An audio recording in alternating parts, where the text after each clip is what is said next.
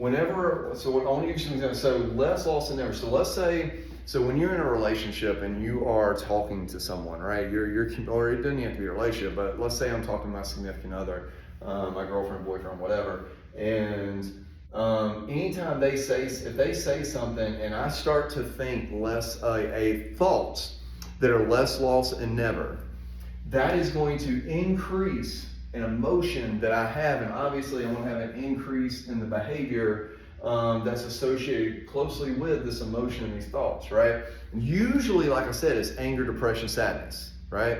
And there's a whole cake thing I can show you. I'll do that another day. Maybe I'll do it after this video, and then you'll have more videos, but I'll be in a black t-shirt, so don't judge. All right, it's hot in here today. So,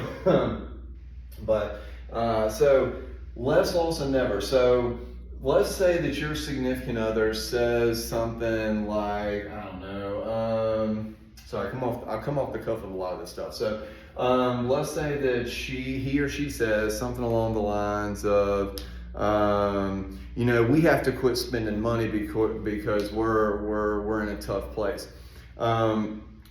What they're really trying to tell you is they're scared, right? They're fearful of something, or that they want to see they want to protect something, right? Now, what I may perceive that is, oh, we don't have enough money. That means we're going to lose stuff. We're not going to be able to buy the stuff we want to. We're never going to get to this place in life, right? And so when my significant other says that and I start thinking about that, that's going to put me down a rabbit hole, right? And so when I start doing that, what happens? My emotions go up.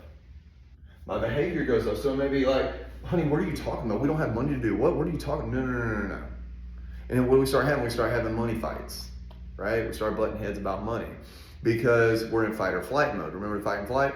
Go in fight or flight mode. So we start butting heads about those particular things. And this can go with anything else. Let's talk about sex here for a second.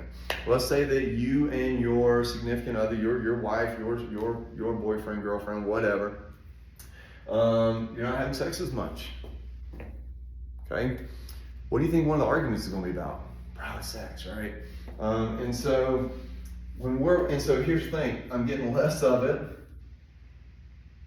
I might be losing that person. And I start thinking this never happens. But that's not necessarily true. That's what I'm thinking in my head. Remember, I'm speaking out loud what I'm picturing in my head. So here's what's happening is I get less of it, I get frustrated. So I start saying, oh man, I'm not having sex as much as I'd like to, or as much as we used to, so it's less. And when I start thinking less, I start thinking, you may, and depending on what's going on with you, again, internally speaking, remember all that stuff that I showed you down below is so if I get the idea that I'm getting less and it's creating anxiety in me, then guess what's happening? I'm going in fight or flight because I think maybe she's seeing someone else, maybe he's seeing someone else. Maybe I'm not doing enough around here. And so then we have, oh my gosh, what if I'm losing this person? What if the relationship's not working out?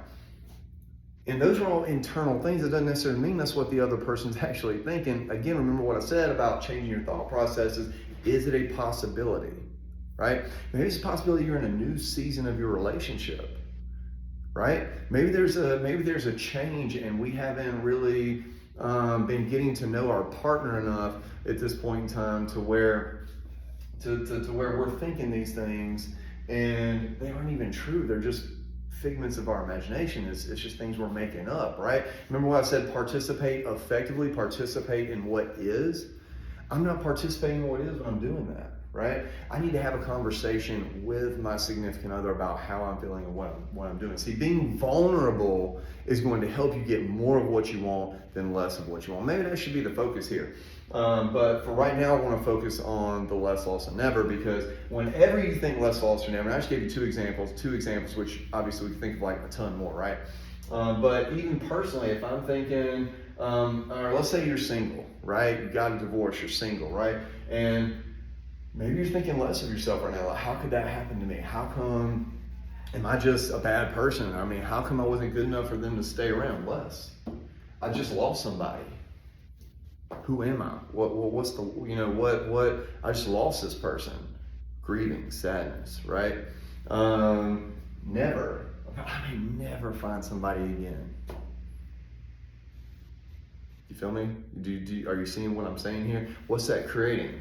Despair, guilt, shame, depression, sadness, anger, frustration. Because then what we turn some of that stuff into, we turn a lot of that stuff into, well, you know what? He and she was, you know what, and da-da-da-da-da, and then maybe you make some texts and some phone calls you shouldn't make, or you do some things, and then what's the outcome? The outcome is I'm not getting, I'm not in reality, right? I'm not in reality. So I'm not in reality that the relationship's over, right? In this particular example, right? And so you really got to kind of get best. And so the way we do this is we change this. So, hey, you know what? That didn't work out, but I have more time to myself now to develop me, right? Because when you're in a relationship, let's be honest, sometimes you forget to do that. Maybe I need to get more spiritual. It gives me more time to do that. Hey, you know what? I lost my relationship with God a long time ago, but now I get a chance to gain a relationship with God. Maybe now I get a chance to reignite some friendships that I used to have that I let fall to the side because I got too enmeshed into being with the other person instead of going by some of my own morals and values, right? Maybe you want to work out one day, you quit working out. Well, guess what? I had more time to do that. Never. All right. Well, you know what? Instead of thinking never, there is someone out there for me. There is someone that meets some of my needs, that meets meets me where I'm at, right?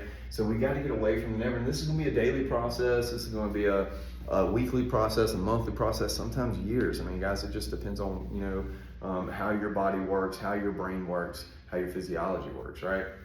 And as far as going back to having a difficult conversation and what I'm perceiving over here from someone else in a relationship when we're getting into an argument is remembering that, hey, I got to remind myself, hey, this is not a saber-tooth tiger in the room. There is no less loss than never here unless I create it in my mind.